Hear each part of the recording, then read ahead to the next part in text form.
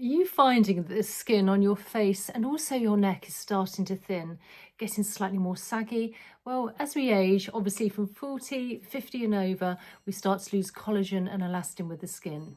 So in today's video, we're going to do some really great facial pinching techniques to really get the skin going again, to really help with those cells and that collagen, improving the fibroblasts, but we're also helping with oxygen and blood flow to the area as well.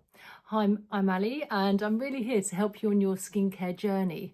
So first things first, you want to start off with clean skin, obviously clean fingers, and I'm using my facial oil here from Kinship Skin.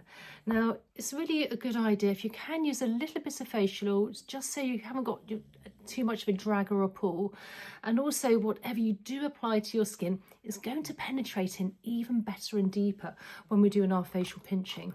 So just adding just a couple of drops to the fingers, you don't need too much, warming it through, and then just gently applying all along the facial area. And not forgetting the neck. So we're going to start from the collarbone, we're going to work our way up, and then after that, once we've done the pinching from the neck and the facial area, we're going to do some lymphatic drainage as well. So we can also release toxins and waste within the neck and the head area. This will also help with glowing skin. So first things first, where our collarbone is just above, we've got some indentations. And if you first of all just give those a few gentle presses just to get the lymphatics going, literally opening the gateway. And then with our fingers, we're going to use the pads of the fingers here. We're starting from the collarbone and very gently working in an upwards motion, doing a very gentle pinch here. Now, you don't want to be too heavy-handed. The skin on the neck is very fine and delicate. So just nice, gentle pinching. Now, the skin can be pink, that's fine. That's really getting blood flow and circulation. But obviously, if it gets too dark and red, the skin is then a little bit angry. So you want to avoid that. But nice little pink tone is fine. Going all the way up. And you can do this 2-3 times a week, maybe even once a day, obviously depending how much time you have. And then with our thumb placed under our chin, fingers above, we're just very gently pinching where the chin is. And then working our way along the jawline. We're also helping with any stuck fascia as well in this, along the jawline, almost the mandible pinch, which I have done another video on. And sometimes if the fascia is tight and restricted and stuck to the bone, draws everything down. So by actually releasing this, by pinching, we're really helping with the jowls and also that jawline area for a more defined jawline. And one last time. Along the jawline, all the way to the ears, that masseter muscle. And then just above the chin, and then just working along above the jawline. And I always like to work in a slightly upwards and outwards motion. We don't want to be dragging anything down. And working on the cheek area here. You can use a few fingers. You can just use 2 if you like, or you may want to use the thumb and a few fingers here as well.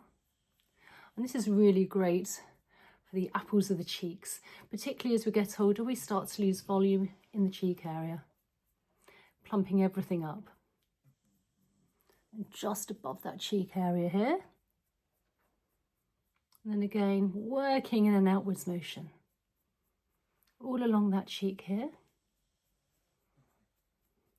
And then thumb placed under the lip here, fingers above, just very gently pressing. This will also help with the mouth wrinkles as well as plumping up the lips.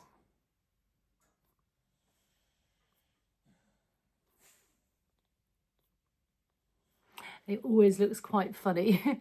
And then I like to just massage a little bit outwards just above the lips here, where those potential smoker lines can be. And then just a very gentle pinch where those potential crow's feet are. And you may not get much skin around here because we're now heading towards the temples and also the forehead, and obviously we don't have so much fat padding. So you just want to be just very gentle and light all along the forehead, working in an upwards motion, helping those fine lines and wrinkles on the forehead. And then placing our thumb under our eyebrow here, fingers above, just gently pinching all along the eyebrow, lifting everything up, lifting up the eyebrows. This is also great for hooded eyes.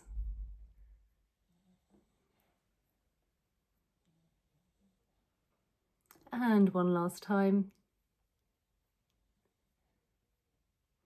So we've done some really great facial pinching on the neck, and also to really help with the lower part of the face, the cheek area, the jawline area, down by the sides of the eyes, and also on the eyebrow and the forehead area.